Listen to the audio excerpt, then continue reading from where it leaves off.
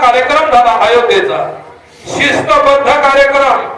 आम्हाला जे tent house तीर्थपुरम म्हणून टेंट हाऊस केलं होतं तयार 100 एकर जमीनमध्ये. प्रत्येक 3 संतांना एक रूम होती, मोठी रूम 20 बाय 20 ची. त्याच्यामध्ये 3 कॉट, गादी, पलंग सर्व काही. नंतर संडास बाथरूम त्याच्यामध्ये.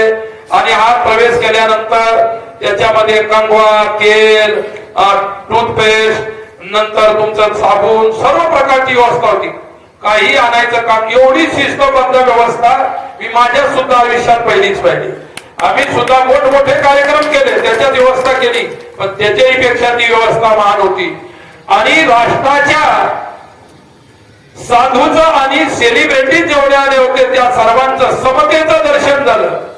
मी असेल या शंकराचार्य असतील, मी असेल एखादा मठाधिपती असेल, कोणालाही विशेष आसन नव्हतं. जो येईल ज्यावेळी ज्याला जी जागा मिळेल त्या जागेवर बसायचं. असा कोणता की मी मोठा आहे, मंडलेश्वर आहे, महंत आहे, कोणी आचार्य आहे आणि मला पुढच पाहिजे ना मागच पाहिजे असा भेदभाव नव्हता. इतकी सुंदर व्यवस्था आणि कसे असले पाहिजे तेही पाहायला मिळालं. ज्यावेळी आम्ही बसलो 9 ला प्रवेश होता आणि नंतर 12 वाजून 29 मिनिटाला प्राणप्रतिष्ठा होती. 12 वाजून 12 मिनिटात या 13 मिनिटं झाली असती त्यावेळी मोदी साहेबांचा 3 हेलिकॉप्टर आले, 2 मिलिटरीचे आणि त्यांचे कमांडो फोर्स वगैरे सर्व. आणि शरयू नदीवरती हेलिपॅड होतं, तिथे उतरल्यानंतर आदल्या दिवशी मी नदीवर शरयूचं दर्शन करायला गेलो होतो. स्नान करणं तर शक्य नव्हतं. प्रत्येकाने 3-3, 4-4 स्वेटर घातले होते, इनर घातले होते, नंतर सॉक्स घातलेले, हातात सॉक्स, डोक्यात सॉक्स, सरळ सॉक्स होते. बोट टाकता येत नव्हतं. तो व्यक्ती आला, ते मोदी साहेब आले, उतरले आणि तेवढ्या थंड्या पाण्यात अगोदर स्नान केलं. या पदावरचा माणूस संडासला गेला तर 4 दिवसही स्नान नाही केलं, त्याला कोण विचारणार आहे. परंतु तो माणूस उतरल्याबरोबर तिथं स्नान केलं, नवे वस्त्र परिधान केले आणि चांदीचा छत्र होता हातात. तुम्ही टीव्हीत पाहिलं असेल. छत्र घेऊन आंघोळ करून आले. नंतर प्राणप्रतिष्ठेच्या पूजेला बसले. त्यांच्या हाते प्राणप्रतिष्ठा झाली.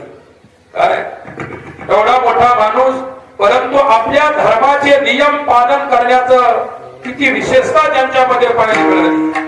राष्ट्र स्वतंत्र झाल्यापासून अजून एकही प्रधानमंत्री मंदिरात गेलेला प्रसिद्धीनं पाहिलं नाही. फक्त हा एकच प्रधानमंत्री असा मिळाला, धर्माचरण करणारा, धर्माला अनुकूल असणारा आणि धर्माचे सर्व नीती नियम पालन करणारा. काय नाही तर मागचे तर नुसते घाबरत होते. आमच्या समाजाचं गेलं तर ते मत देणार नाही, मंदिरात गेलं तर हे देणार नाही, मस्जिदीत गेलं तर ते देणार नाही. याच्याच विवंचनेमध्ये राष्ट्राचे 70 म्हणजे 75 ते 77 वर्ष निघून गेले. या माणसानं मला मिळेल न मिळेल याची तमा बाळगली नाही, परंतु राष्ट्र आणि धर्मासाठी ज्याने आपलं जीवन अर्पण केलं तो हा प्रधानमंत्री आहे. त्याला म्हणतात मोदी साहेब. एक गोष्ट झाली, 20 तारखेला मी गेलो, 21 तारखेला मी 18 किलोमीटर चाललो अयोध्येमध्ये. पूर्वी आम्ही राहायचो त्यावेळी सर्व दर्शन पर्शन सर्वांच्या ओळखी बेळखी सर्व झाल्या. शरयूर गेलो तेवढ्यामध्ये योगीचं मुख्यमंत्री उत्तर प्रदेश त्यांचं तिथे आदित्यनाथ योगीचं हेलिकॉप्टर उतरलं. आदल्या दिवशी व्यवस्था पाहायला आले होते. उतरल्यानंतर त्या ठिकाणी त्यांचं जे रेस्ट हाऊस होतं समोर बांधलेलं तिथं गेले. तिथं 5-10 मिनिट थांबले. मग तिथून रामललाच्या ती सर्व व्यवस्था पाहायची. गाड्यांचा ताफा होता आणि तेवढ्यामध्ये काय झालं, तिथे कमांडो होते, पोलीस फोर्स होता, विशेष पोलीस होते. सर्वांच्या देखरेखीमध्ये दोन्ही बाजूने पाहायला लोकांमधातून गाड्या जाणार. अचानकच बांद्रा आले, ते लाल तोंडाचे वांदर अंडाकडे उड्या मारायला रस्त्यावर. त्या आदित्यनाथच्या गाड्या जाणार होत्या त्या रस्त्यावर योगीच्या. काय पोलीस आले धावत ते माकडे बाजूला करायला. मुख्यमंत्र्याच्या कार मधून संदेश आला, आदेश आला की माकडांना हाकलू नका. तुम्ही जसे स्वतंत्रपणे उभे राहिला तिथं तसं माकडाच्या स्वातंत्र्यावर कशाला घालता, खेळू द्या त्यांना. हे विचार आहे. कोण मुख्यमंत्री आहे? योगी आदित्यनाथजी. साधू विचार आहे, साधू व्यक्ती आहे. कशाला बांद्राला त्रास देईल? तुमच्या आमच्या सरकारचा घराघरा त्यांना मदत आली. हे अविचार आहे.